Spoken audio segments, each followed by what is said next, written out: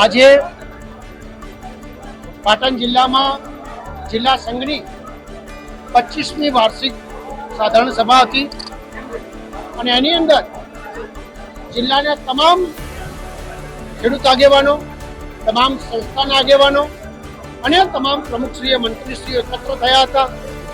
આજે 25 વર્ષ સંસ્થાને પૂરા થયા એટલે ખરેખર આ પાટણ જિલ્લા માટે જે મિત્રોએ જિલ્લા સંઘમાં કામ કર્યું છે, જે લોકોએ સહકાર આપ્યો છે, એમને ખૂબ દિલથી બિરદાવું છું, અભિનંદન આપું છું કે ખેડૂતોનું એક અદ્ભુત પ્રકારનું કામ 25 વર્ષ સુધી કરવામાં આવ્યું છે. આવનાર સમયની અંદર આદરણીય પ્રધાનમંત્રી નરેન્દ્રભાઈ મોદી સાહેબે સમગ્ર ભારતની અંદર સહકાર 2021માં આપણું આખું ખાતું ડેવલપમેન્ટ કર્યું છે અને એના આપણા આદરણીય ગૃહમંત્રી અમિતભાઈ શાહ સાહેબને જ્યારે સહકાર મંત્રી તરીકે જવાબદારી આપી છે. છેલ્લા 4 વર્ષમાં સખત સહકારની અંદર જે જોશ હતો એનો અનેક પ્રકારનો જોશનો વધારો થયો છે, અનેક પ્રકારે ડેવલપમેન્ટ થયા છે.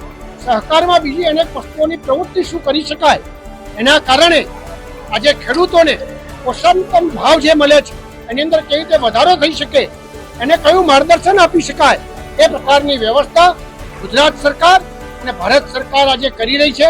અને જણાવતા વાતનો આનંદ છે કે આવનાર સમયની અંદર પણ આ ઉત્તર ગુજરાતની અંદર અનેક એગ્રો પાર્ક થશે. અત્યારે અબુધાબીની અંદર આપણે એમની પાસે એક એગ્રીમેન્ટ કર્યો છે. આવનાર આપણી જે અહીંની જે કૃષિની મહત્વની જે વસ્તુઓ છે, જે કાચો માલ છે, જેમ બટાકા છે, તો એટલા બટાકા પહેલા વેચતા, અત્યારે બટાકામાંથી વેફરમાંથી અનેક એમ જેટલી આપણી વસ્તુઓ છે, પોટિંગથી માંડીને રિસર્ચથી માંડીને કઈ પ્રકારનું રિસર્ચ કરી શકાય જેના કારણે ખેડૂતોને વધુમાં વધુ ભાવ મળે એ પ્રકાર ગુજરાત સરકાર અને ભારત સરકાર કરી રહી છે. આવનાર મહેસાણામાં 9 તારીખે વાઇબ્રન્ટ થવાના, એના આ પ્રકારના અનેક પ્રકારના એવું થવાના છે કે મને ખાતરી છે કે ખેડૂત મિત્રોને પાટણ જિલ્લા અને ઉત્તર ગુજરાતનો મોટો ફાયદો થવાનો છે.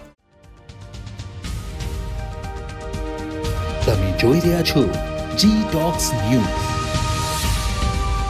સાચી ખબર સાચી દિશા.